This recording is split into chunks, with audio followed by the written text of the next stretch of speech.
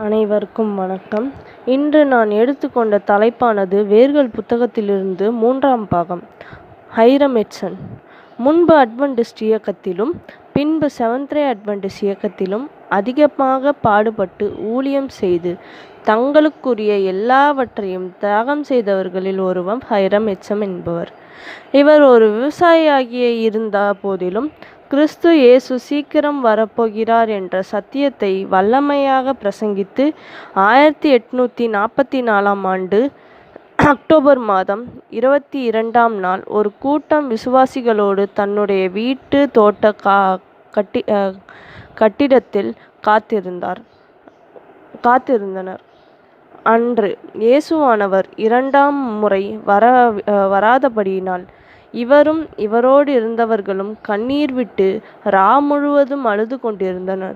அழுது கண்ணீர் வற்றி பின் இவரும் இன்னொரு நண்பருமாக சேர்ந்து தங்களைப் போலவே சோர்வடைய வேறு விசுவாசிகளை சந்தித்து உற்சாகப்படுத்துவதற்காக ஒரு சோள வயலின் நடுவே நடந்து சென்று கொண்டிருந்தனர்.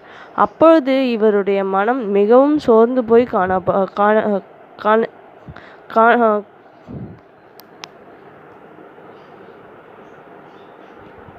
கனத்திருந்தது. அவ்வேளையில் திடீரென்று யாரோ ஒருவர் தோளில் தொட்டு வானத்தை பார்க்க சொல்வது போல் இருந்தது.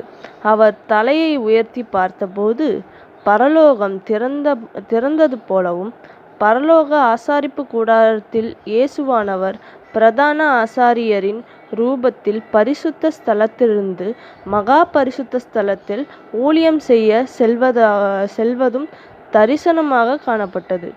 இவர் இதை ஆச்சரியமாக பார்த்து கொண்டிருக்கும் போது இவரோடு வந்தவர் நடந்து சென்று விட்டார். இந்த தரிசனத்திலிருந்து அவர் மீண்டபோது தான் இயேசுவானவர் அக்டோபர் மாதம் 22ஆம் தேதி பூமிக்கு வருவார் என்று எதிர்பார்த்து காத்திருந்து முழுவதும் தவறானதல்ல என்பது புரிந்தது. தானியேல் 8:14 நிறைவேறுதல். இயேசுவானவர் பூமிக்கு திரும்பி பூமியை சுத்திகரிப்பதல்ல என்றும் மகா பரிசுத்த ஸ்தலத்தில் சென்று நியாய தீர்ப்பின் வேலையை செய்வது என்பது புரிந்து கொண்டனர். இவர் வேதத்தை இதன் படிப்படையில் அதிகாரமாகப்பட்டது ஆசாரிப்பு கூடார நிகழ்ச்சிகளை குறித்து தியானித்து தான் கண்டு கொண்ட உண்மைகளை அச்சடித்து வெளியிட்டார். அது கிறிஸ்துவின் வருகைக்கு காத்திருந்த அட்வென்டிஸ்ட் இயக்கத்தின் விசுவாசிகளுக்கு மிகவும் ஆறுதலாக இருந்தது. அநேகர் தங்கள் வேதத்தை இன்னும் அதிகமாக படிக்க வேண்டியதன் அவசியத்தை உணர்ந்தனர். இவருடைய ஆலோசனையின் பேரில் அதை குறித்து இன்னும் அதிகம் படிப்பதற்காக ஆலோசனை கூட்டம் ஒன்று ஒழுங்கு செய்யப்பட்டது. இந்த ஆலோசனை கூட்டத்துக்கு வந்திருந்த கேப்டன் பெட்ஸ் இவருக்கு ஓய்வு நாள் சத்தியத்தை அறிமுகப்படுத்தி இருந்தனர். எட்சன் அதை ஏற்றுக்கொண்டு செவன்த் டே அட்வென்டிஸ்ட் இயக்கத்தில் தன்னை முழுவதும் ஈடுபடுத்தினார். ஓய்வு நாள் சத்தியத்தை குறித்து அதிகமாக ஆராய்வதற்காக கூட்டப்பட்ட ஒரு ஆலோசனை கூட்டமும் இவரது தோட்ட கட்டிடத்தில் நடந்தது.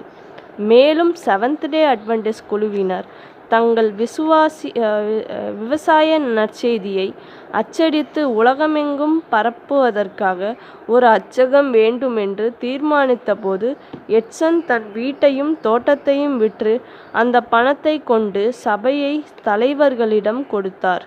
இப்படியாக செவன்த் டே அட்வென்டிஸ்ட் சபையின் முதல் அச்சகம் எட்சனின் தியாகத்தால் வாங்கப்பட்டது. பின்னும் அவர் தன்னிடம் இருந்த சகலத்தையும் ஊழியத்திற்காக கொடுத்து சத்தியத்துக்காக கடைசி வரையும் அயராமல் உழைத்தார். தன் வயது முதிர்ந்த காலத்திலும் குதிரையின் மேல் பயணம் செய்து ஆயிரக்கணக்கான மைல்கள் தூரம் சென்று ஊழியம் செய்தார்.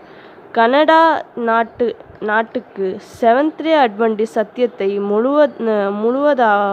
முதலாவது எடுத்து சென்றவர் இவரே.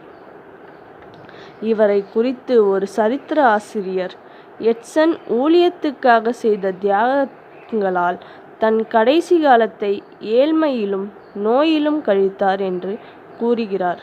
இப்படிப்பட்ட மகா வல்லமையான ஊழியர்களின் தன்னலமற்ற தியாகத்தால்தான் செவன்த் டே அட்வென்டிஸ்ட் திருச்சபை வளர்ந்தது என்பதை யாரும் மறந்து போகக்கூடாது.